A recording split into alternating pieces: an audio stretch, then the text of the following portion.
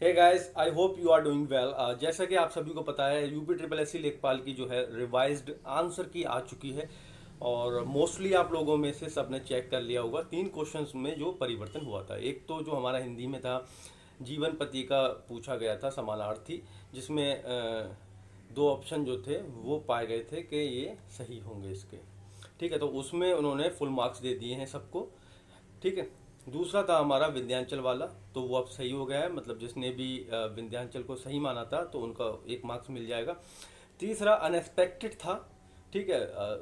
हो सकता है प्रेजेंटेशन तो उसके गए होंगे ऑब्जेक्शन, बट इतने हाई लेवल पे नहीं गए थे जितने और क्वेश्चन थे। जैसे कि वो स्टेट वाला क्वेश्चन था जिसमें 8 और 9 की मतलब बहस थी, और एक उज्ज्वला का था, तो उन पे उतने ऑब्जेक्शन गए होंगे जितने इस पे नहीं गए थे। तो ये चेंज हो गया आंसर, मतलब NH2 जो था लॉन्गेस्ट हाईवे, जिसका पुराना नाम था, अब NH दूसरा हो गया है, मतलब उसका नाम चेंज कर दिया, 34 हो गया अब तो लेटेस्ट में।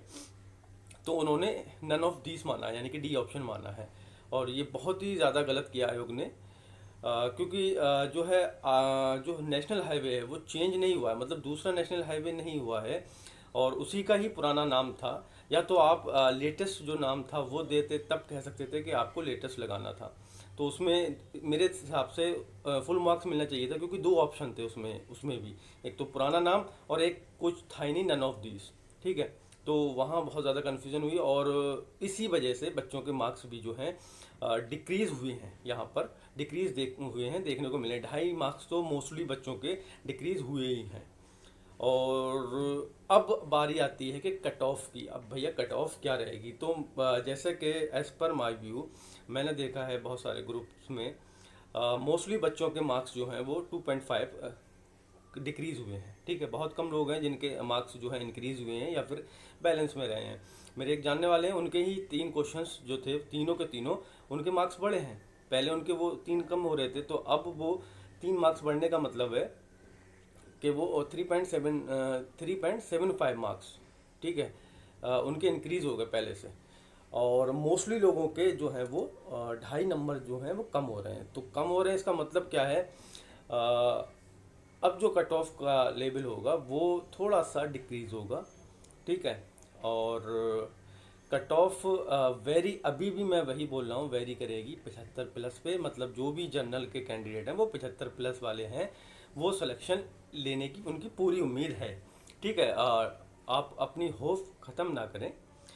अब कुछ फैक्टर भी हैं इसमें जो हम जो हमें देखने को मिलेंगे। एक तो UPSI का जो है मेडिकल स्टार्ट होने वाला है इसी मंथ में, और सुनने में आ रहा है कि अक्टूबर से उनकी ट्रेनिंग स्टार्ट हो जाएगी।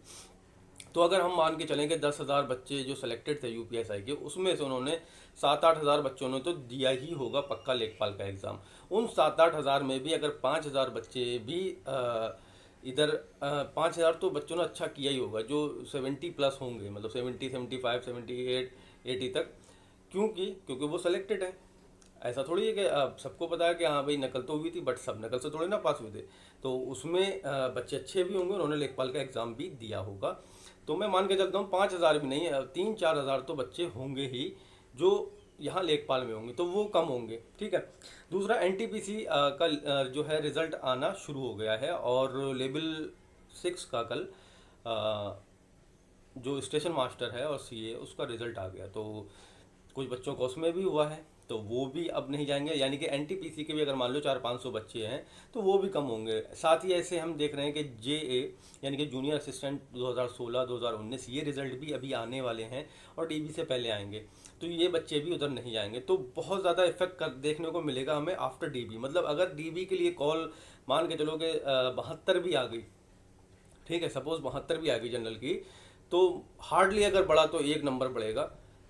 मुझे ऐसा लग रहा है, या हो सकता है कि ना भी बढ़े, क्योंकि बच्चे जो हैं अब DB को नहीं जाएंगे, क्योंकि जो हायर पोस्ट पे है वो क्या करेगा लेखपाल की जॉब लेके? वो लेखपाल की जॉब पे नहीं आएगा। तो बाकी आप देखते रहिए, और किसी भी तरीके की आप डिमोटिवेशन वाली वीडियो ना देखें। कोई कह रहा है कि 85 जा रही है, कोई कह रहा है 90 जा रही है, इतनी कट ऑफ नहीं जाने वाली है। ना ही ये पहला एग्ज़ाम है स्टेट का। इससे पहले भी एग्ज़ाम होते थे, और इससे पहले भी नकल होती थी थोड़ी बहुत। ठीक है।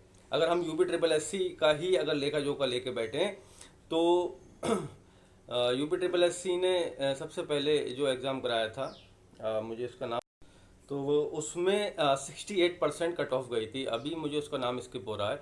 उसके बाद जो कराया था वो हमारा ये आयोग ने जो कराया था वो वीडियो वाला एग्ज़ाम कराया था, जिसमें आयोग ने खुद बोला है 1300 कॉपी चेक हुई। हालांकि वो कुछ कह रहा है कि 400-500 भी हैं, बट डजेंट मैटर।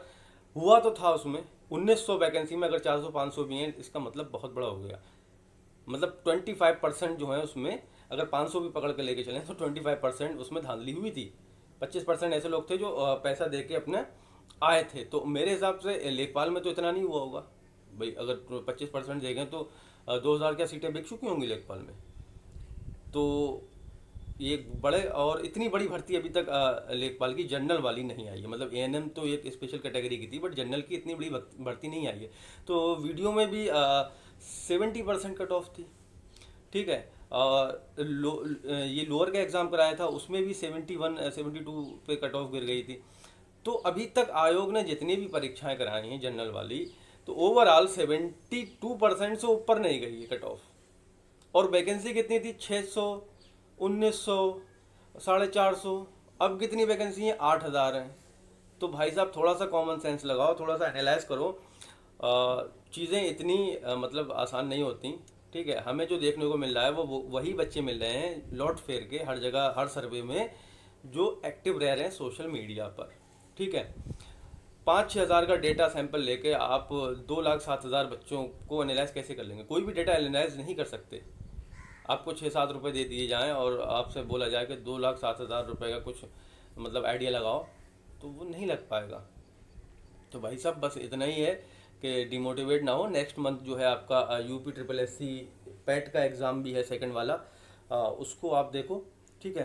तैयारी करो अपने अच्छे से कि आगे जो आने वाली लोअर की वैकेंसी हैं उसमें आप अपना जगह बना पाएँ, या फिर और भी छोटी छोटी वैकेंसी आई हैं। क्योंकि वैकेंसी अब 8000 नहीं आने वाली हैं। तो ये मत सोचो कि 62 नंबर ले आऊँगा या 70 ले आऊँगा मैं एग्ज़ाम दे लूँगा आगे। दिक्कत होगी बहुत ज़्यादा। और 40 लाख से ज़्यादा 40 लाख अप्रॉक्स जो है 37 लाख फॉर्म भरे हैं पैट के। 47 लाख का आवेदन हुआ, बट फाइनल में 37 लाख हुआ है, ठीक है। और एक चीज़ और, जो अभी ग्रुपों में आप देख रहे हैं कि सेंटर डिस्ट्रिक्ट बता दी गई है, जहाँ जहाँ सेंटर पड़े उनकी डिस्ट्रिक्ट बता दी है कहाँ गई है। वो लास्ट ईयर की है, इस ईयर की नहीं है वो, ठीक है। तो उसको देख के कन्फ्यूज़ ना हो। सेंटर का जो है वो 15 दिन पहले आपको पता लग जाएगा कि कहाँ आपका पेपर होने वाला है, ठीक है।